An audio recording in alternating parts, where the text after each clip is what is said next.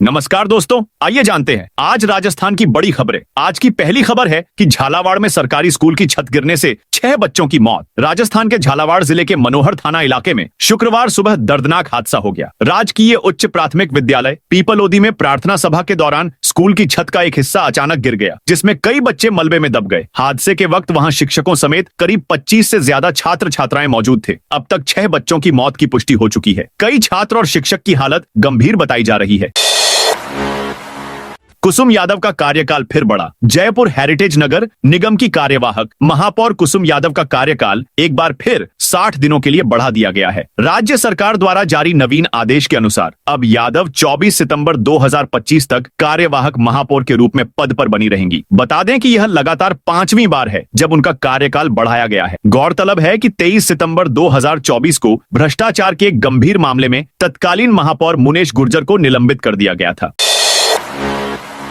राजस्थान के प्राइवेट स्कूलों में ऑनलाइन होगा अटेंडेंस सिस्टम। राजस्थान में डमी विद्यार्थियों और अवैध स्कूलों के खिलाफ अब सख्त एक्शन की तैयारी हो गई है। शिक्षा विभाग ने प्राइवेट स्कूलों में भी ऑनलाइन अटेंडेंस सिस्टम लागू करने का फैसला किया है, जिससे कोचिंग के भरोसे रजिस्ट्रेशन कराने वाले फर्जी स्टूडेंट्स अब बच नहीं पाएंगे। नया मॉड्यूल शाला दर्पण के प्राइवेट स्कूल पोर्टल में जोड़ा जा रहा है। इसमें 91 लाख प्राइवेट स्कूल स्टूडेंट्स और 4.37 लाख टीचर्स की अटेंडेंस दर्ज की जाएगी। हर दिन की हाजिरी से डमी विद्यार्थियों की पहचान की जा सकेगी, जो स्कूल में नाम तो लिखवा लेते हैं लेकिन कोचिंग सेंटर में पढ़ते हैं। जयपुर में विपिन हत्याकांड में कुल 8 बदमाश अरेस्ट। जयपुर पुलिस ने विपिन हत्याकांड में अब तक मुख्य आरोपी हिस्ट्री शीटर सहित 8 बदमाशों को अरेस्ट किया है। रंजिश के चलते हत्या से गैंग अपना रुतबा बढ़ाना चाहती थी। पुलिस टीमों ने जगह जगह दबिश देकर सभी बदमाशों को पकड़ा है। पुलिस फिलहाल गिरफ्तार आरोपियों से पूछताछ कर रही है। सहित राजस्थान के 2000 आंगनबाड़ी केंद्रों की बदलेगी। सूरत राजस्थान के 2000 आंगनबाड़ी केंद्रों को जल्द आदर्श केंद्र के रूप में विकसित किए जाएंगे। के विकास के लिए इन केंद्रों को प्ले स्कूल की तरह बनाया जाएगा। इससे प्रदेश के लाखों बच्चों को लाभ मिलेगा। सरकार के इस फैसले से राज्य के बच्चों को बेहतर वातावरण मिल सकेगा और उनके पोषण और शिक्षण में सहायता होगी। इस दौरान आंगनबाड़ी केंद्रों में कुल 14 विभिन्न निर्माण कार्य किए जाएंगे, जिन पर 40 करोड़ रुपए व्यय किए जाएंगे। सरकार ने आंगनबाड़ी केंद्रों की हालत को देखते हुए मरम्मत का फैसला लिया गया है।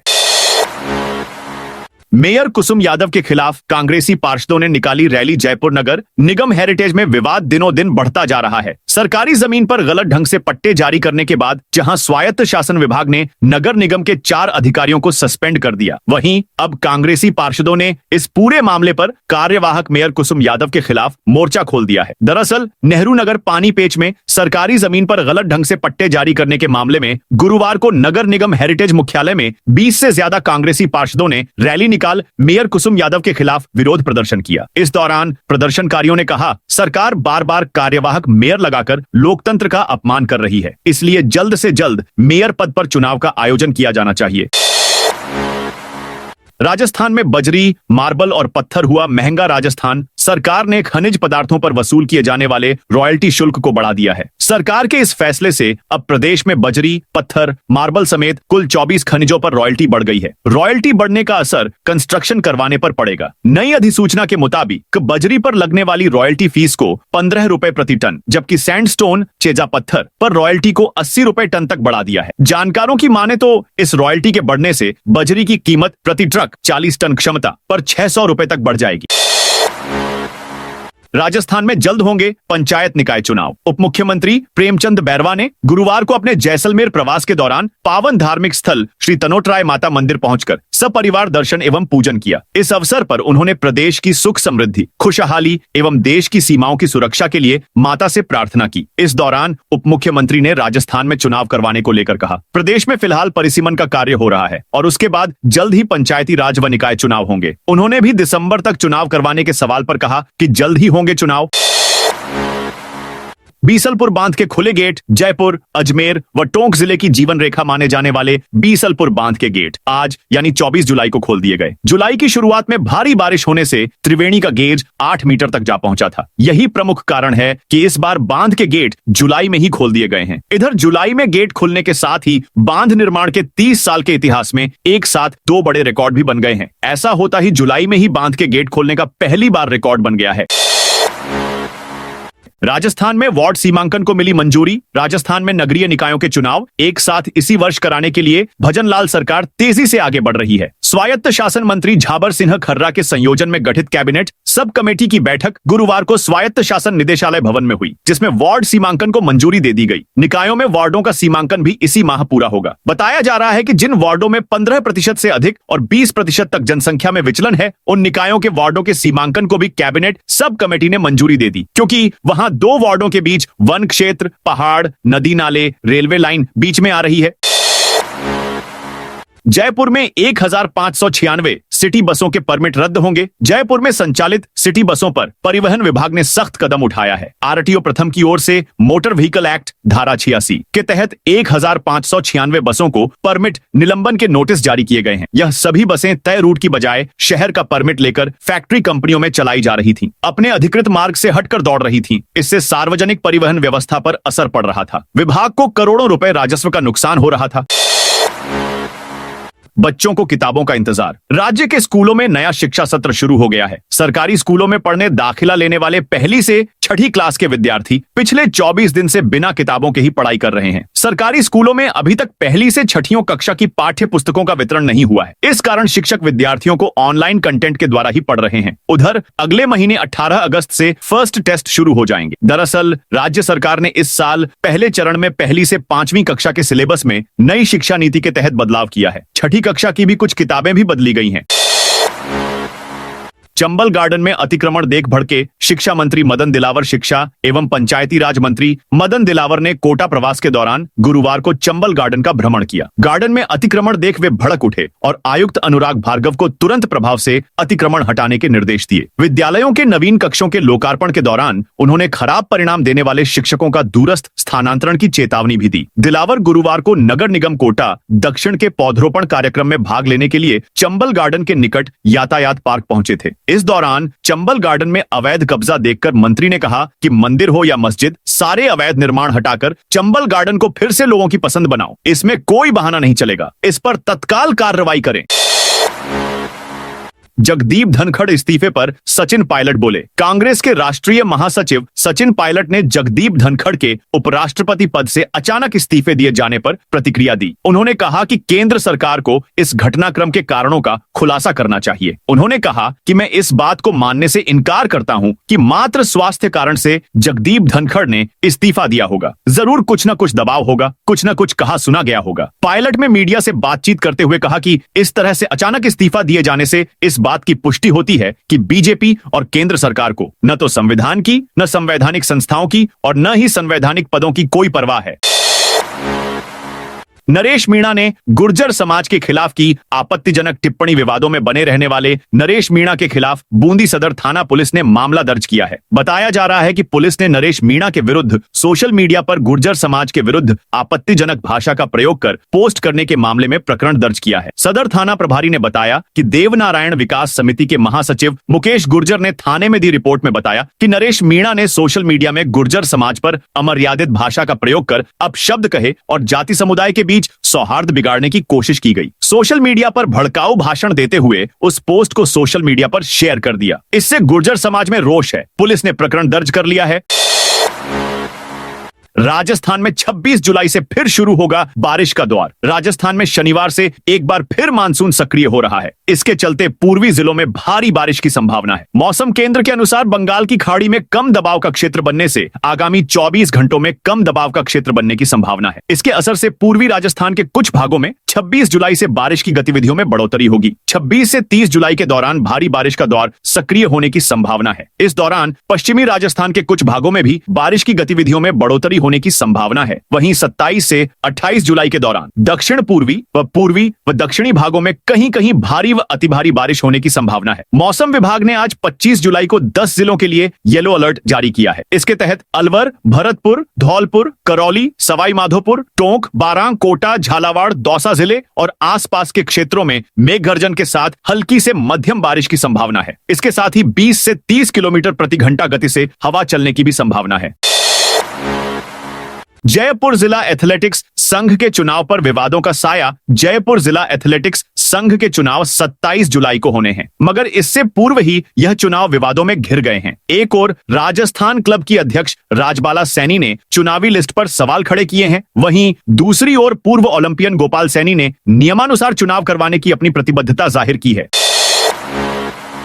जयपुर कॉलेज और राजस्थान विश्वविद्यालय में हुआ विवाद। जयपुर कॉलेज और राजस्थान विश्वविद्यालय के बीच परीक्षा केंद्र को लेकर गुरुवार को तनावपूर्ण स्थिति बन गई। विश्वविद्यालय प्रशासन ने बिना पूर्व सूचना के कॉलेज को परीक्षा केंद्र घोषित कर दिया। वहीं कॉलेज ने भी इस हुक्म पर आंख मूंदकर सहमति देने से इनकार कर दिया। विवाद इतना बड़ा कि मामला उच्च शिक्षा विभाग तक जा पहुंचा, जिसके दखल के बाद किसी तरह परीक्षाएं शुरू हो सकी। दरअसल राजस्थान यूनिवर्सिटी ने जयपुर कॉलेज में गुरुवार से परीक्षाएं शुरू कराने की योजना बनाई थी। इसके लिए 3 दिन पहले ही परीक्षा सामग्री कॉलेज भेज दी गई थी। वहीं कॉलेज प्रशासन ने परीक्षा सामग्री लौटा दी और परीक्षा आयोजन में असमर्थता जता दी। कॉलेज का कहना था कि विश्वविद्यालय ने न तो पूर्व सूचना दी, न ही व्यवस्थाएं जांची और न ही उनकी सहमति ली।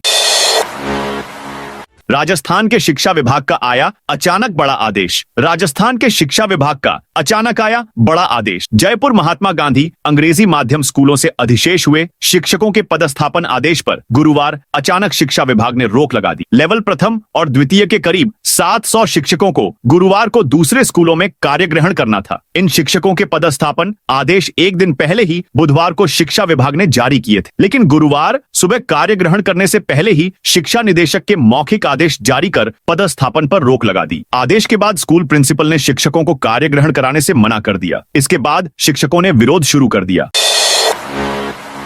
न्यायिक कर्मचारियों के सामूहिक अवकाश पर हाई कोर्ट सख्त। राजस्थान हाई कोर्ट ने कैडर पुनर्गठन की मांग को लेकर एक सप्ताह से आंदोलन कर रहे अधीनस्थ अदालतों के कर्मचारियों के सामूहिक अवकाश पर सख्त रुख दिखाया। कोर्ट ने गुरुवार को सामूहिक अवकाश को अवैध घोषित कर न्यायिक कर्मचारियों को चेतावनी दी है कि शुक्रवार सुबह 10 बजे काम पर नहीं लौटे तो कड़ी कार्रवाई की जाएगी। साथ ही जिला न्यायाधीशों को निर्देश दिया कि स्थानीय कलेक्टर और पुलिस अधीक्षक की मदद लेकर कामकाज सुचारू बनाए रखने के लिए वैकल्पिक व्यवस्था की जाए। काम पर नहीं आने वाले कर्मचारियों पर अनुशासनात्मक कार्रवाई सहित अन्य सख्त कदम उठाने को भी कहा गया है।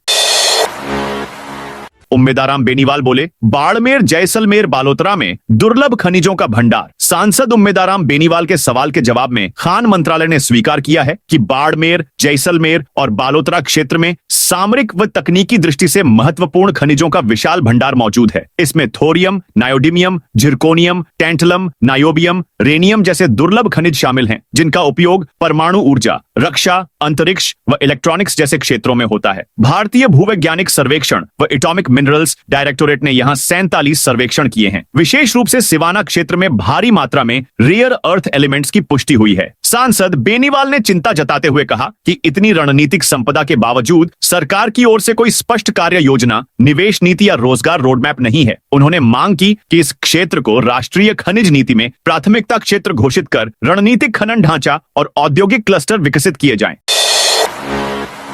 राजस्थान के किसान 31 जुलाई तक कराएं फसल बीमा। खरीफ की फसल के लिए प्रधानमंत्री फसल बीमा योजना के तहत किसान अपनी फसलों का बीमा 31 जुलाई 2025 तक करवा सकते हैं। यह योजना किसानों को प्राकृतिक आपदाओं जैसे बाढ़, तूफान, अतिवृष्टि, ओलावृष्टि आदि से होने वाले नुकसान से आर्थिक सुरक्षा प्रदान करने के लिए बनाई गई है। इस योजना में बाजरा, मूंग, मोठ, ग्वार, चंवला, कपास, धान, तिल और मूंगफली जैसी फसलें शामिल हैं। वहीं पुनर्गठित मौसम आधारित फसलें बीमा योजना में किन्नू और मिर्च जैसी अन्य नकदी फसलों को भी शामिल किया गया है। प्रत्येक फसल के लिए बीमा प्रीमियम और बीमित राशि अलग अलग तय की गई है।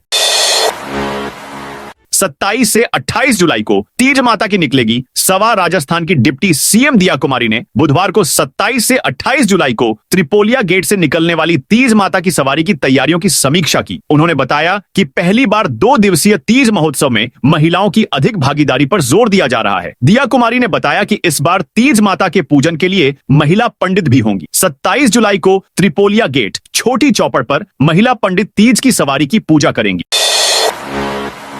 आरसीबी खिलाड़ी यश दयाल पर अब जयपुर में दर्ज हुआ rape case. Indian premier league IPL की team royal challengers Bengaluru RCB के खिलाड़ी यश दयाल की मुश्किलें बढ़ गई हैं। तेज गेंदबाज यश दयाल पर 1 महीने में दूसरी बार बलात्कार का आरोप लगाया गया है। यश दयाल पर अब जयपुर की युवती ने रेप केस का आरोप लगाते हुए केस दर्ज करवाया है। इससे पहले यूपी के गाजियाबाद की एक लड़की ने भी यश पर शादी का झांसा देकर रेप करने का आरोप लगाया था। इस मामले में इलाहाबाद हाईकोर्ट से यश को राहत मिली थी, लेकिन अब दूसरे मामले से यश दयाल की मुश्किलें बढ़ने वाली है। केंद्र सरकार कर्मचारियों को बड़ी राहत। अगर आप केंद्र सरकार में नौकरी करते हैं और अपने बुजुर्ग माता पिता की देखभाल को लेकर चिंतित रहते हैं तो यह खबर आपके लिए राहत भरी है। अब सरकारी कर्मचारी अपने पर्सनल कारणों के तहत मिलने वाली छुट्टियों का इस्तेमाल माता पिता की देखभाल के लिए भी कर सकते हैं। जालम सिंह हत्याकांड के दोनों आरोपियों की जमानत याचिका खारिज। सांचौर के बहुचर्चित जालम सिंह हत्याकांड के मुख्य आरोपी भागीरथ विश्नोई और उसके साथी रोहित विश्नोई की जमानत याचिका को राजस्थान हाईकोर्ट ने खारिज कर दिया है। हाईकोर्ट जस्टिस मुकेश राजपुरोहित ने इस मामले में अपने आदेश में परिवादी के वकील एडवोकेट निखिल भंडारी के तर्कों से सहमति जताते हुए दोनों आरोपियों को राहत प्रदान करने से साफ इनकार किया। रामदेवरा मेला स्पेशल ट्रेन 1 अगस्त से चलेगी। रेलवे प्रशासन ने अगले महीने भरने वाले रामदेवरा मेला के दौरान अतिरिक्त यात्री भार को देखते हुए यात्रियों की सुविधा के लिए जोधपुर रामदेवरा जोधपुर स्पेशल ट्रेन का संचालन किया जा रहा है। उत्तर पश्चिम रेलवे के मुख्य जनसंपर्क अधिकारी शशि किरण के अनुसार रामदेवरा मेले को देखते हुए train number 4863 Jodhpur Ramdevra special 1 अगस्त से 7 सितंबर तक 38 ट्रिप जोधपुर से रोजाना सुबह 4 बजे रवाना होकर सुबह 7:45 पर रामदेवरा पहुंचेगी। अजमेर में 1000 स्ट्रीट लाइट और 127 वाटर कूलर लगेंगे। अजमेर संसदीय क्षेत्र में 1000 नई स्ट्रीट लाइट्स व 127 वाटर कूलर लगेंगे। इसके लिए अजमेर सांसद व केंद्रीय कृषि राज्य मंत्री ने आमजन व जनप्रतिनिधियों से प्रस्ताव मांगे हैं ताकि प्राथमिकता के आधार पर आवश्यक स्थानों का चयन कर कार्रवाई की जा सके। कृषि राज्य मंत्री चौधरी ने बताया कि जिन क्षेत्रों में रात के समय अंधेरा होने से आवागमन में कठिनाई या सुरक्षा की दृष्टि से समस्या है वहां सौर ऊर्जा आधारित स्ट्रीट लाइट्स स्थापित की जाएंगी। यह लाइट्स न केवल पर्यावरण अनुकूल होंगी बल्कि लंबे समय तक समस्या समाधान भी करेगी। खेल परिषद और आरसीए एडहॉक कमेटी में खत्म हुआ विवाद। राजस्थान क्रिकेट एसोसिएशन और खेल परिषद में जारी विवाद अब थम गया है। गुरुवार को राजस्थान क्रिकेट एसोसिएशन की एडहॉक कमेटी ने खेल परिषद की सभी शर्तों को मंजूर कर लिया है। इसके बाद अब सवाई मानसिंह स्टेडियम को प्रतिदिन मैच दिवस का 1 लाख रुपए तक किराया दिया जाएगा। Ad hoc committee convener Deendayal Kumawat ने बताया, राजस्थान में खिलाड़ियों और क्रिकेट के विकास के लिए हमारी कमेटी प्रतिबद्ध है। इसी बात को ध्यान में रखते हुए हमने जयपुर के सवाई मानसिंह स्टेडियम को प्रतिदिन किराए पर लेने का फैसला किया है ताकि न सिर्फ नेशनल इंटरनेशनल बल्कि डोमेस्टिक टूर्नामेंट में भी प्रदेश भर के खिलाड़ी प्रदेश के सर्वश्रेष्ठ ग्राउंड सवाई मानसिंह स्टेडियम में खेल सके। अपराधियों की संपत्तियों को जब्त और ध्वस्त करेगी पुलिस। जोधपुर के नए पुलिस कमिश्नर ओम प्रकाश ने हाल में कार्यभार ग्रहण किया है। इस मौके पर दैनिक भास्कर के साथ खास बातचीत की जिसमें बताया कि ऐसे अपराधी जो गिरोह में रहकर काम करते हैं उनकी संपत्तियों को जब्त और ध्वस्त किया जाएगा। शहर की पुलिस भी एआई की मदद से पुलिसिंग करती नजर आएगी। उन्होंने कहा, जो भी पीड़ित न्याय की उम्मीद लेकर थाने जाएगा उसे न्याय अवश्य मिलेगा। कमिश्नर ने बताया, यहाँ पदभार ग्रहण करने के बाद स्थानीय लोगों से मिल रहे हैं। अलग अलग वर्ग के लोगों से बात कर कार्य योजना बनाई जा रही है। खास तौर पर यहाँ के क्राइम पैटर्न और सिटी पुलिसिंग को लेकर जो समस्या है उस पर फोकस है। इसके साथ ही शहर में पीपल फ्रेंडली पुलिसिंग पर जोर रहेगा। फर्जीवाड़े के बाद अनुकंपा नियुक्ति में एटीआई लगाने पर रोक। फर्जी डिग्रियों के मामले में राजस्थान रोडवेज भी फंस चुकी है। यहां अनुकंपा नियुक्ति में बड़े स्तर पर हुए फर्जीवाड़े में सहायक यातायात निरीक्षक लग गए। पिछले 15 साल में इस कोटे में हुई आधे से ज्यादा नियुक्तियों पर सवाल उठने के बाद रोडवेज ने जांच शुरू कर दी है। इस कोटे में भर्ती के लिए कई अपात्र 12वीं पास भी दूरस्थ शिक्षा से एमबीए बीटेक की डिग्री ले आए, वो भी फर्स्ट क्लास की। इनमें से अधिकांश 10वीं और 12वीं में जैसे तैसे पास हुए थे। सबसे बड़ी बात यूजीसी की स्पष्ट गाइडलाइन है कि दूरस्थ व ऑनलाइन शिक्षा से ये डिग्रियां मान्य ही नहीं है। जिन यूनिवर्सिटी से डिग्री लाए उनकी शिकायतों के बाद यूजीसी को उन पर प्रतिबंध लगाना पड़ा। एसओजी की जांच में फर्जी मार्कशीट के मामले पकड़े जा चुके हैं। रामगढ़ अभयारण्य में विस्थापन के लिए लाखों रुपए मुआवजा। प्रदेश के चौथे टाइगर रामगढ़ अभयारण्य में गांवों का विस्थापन वन विभाग के लिए टेढ़ी खीर बन गया है। यहां 8 गांवों का विस्थापन किया जाना है लेकिन ग्रामीणों को मुआवजा राशि रास नहीं आ रही। उन्होंने गांवों को खाली करने से इनकार कर दिया है। महज एक ही गांव के कुछ ग्रामीणों ने रुचि दिखाई। ग्रामीणों का कहना है कि लाखों रुपए खर्च करके घरों को आबाद किया, 15 लाख रुपए से कुछ नहीं होगा। मुआवजा राशि बढ़ाई जाए या जमीन के बदले जमीन दो। ग्रामीणों का कहना है कि जब बाहर रहने वालों को डीएलसी दर से 4 गुना मुआवजा दिया जा रहा है, तो स्थायी निवासियों को क्यों नहीं? एक ही मामले में अलग अलग कानून कैसे लागू हो सकते हैं? दरअसल रामगढ़ के कोर एरिया में 8 गांवों के करीब 10,000 से अधिक लोगों को शिफ्ट किया जाना है, लेकिन 3 साल बीत जाने के बाद भी गांवों के विस्थापन का कार्य अधूरा है। केवल गुलखेड़ी गांव के कुछ ग्रामीणों ने विस्थापन में रुचि दिखाई है। यह आंकड़ा भी मात्र 100 लोगों का है। तो दोस्तों, ये थी आज राजस्थान की बड़ी खबरें। आप इस वीडियो को कौन से जिले से देख रही हैं, उस जिले का नाम जरूर बताइए।